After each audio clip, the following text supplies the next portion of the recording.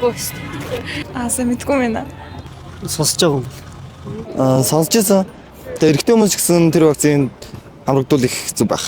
Мэдгүй байна. За наадах чи нөгөө урмаа үзүүний хадрыг нэрлээд идэг баха. Яхахгүй энэ талаар судлах хэрэгтэй. Ившүүлэх хэрэгтэй. Уриалах хэрэгтэй.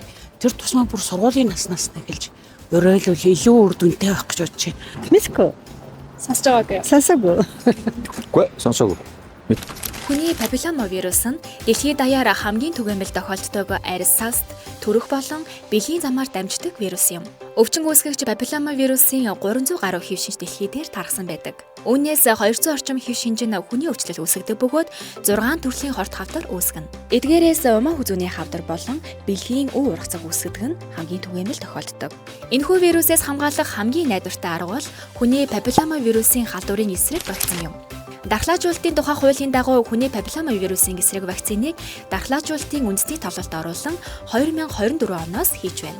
Манай улсад Америкийн нэгдсэн улсад үйлдвэрсэн Дэлхийн эрүүл мэндийн байгууллагын аль бие усны гэрчилгээтэй хүний папиллома вирусын 6, 11, 16, 18 хэв шинжүүдээс хамгаалах 4 цэнт Gardasil вакциныг хэрэглэж байна.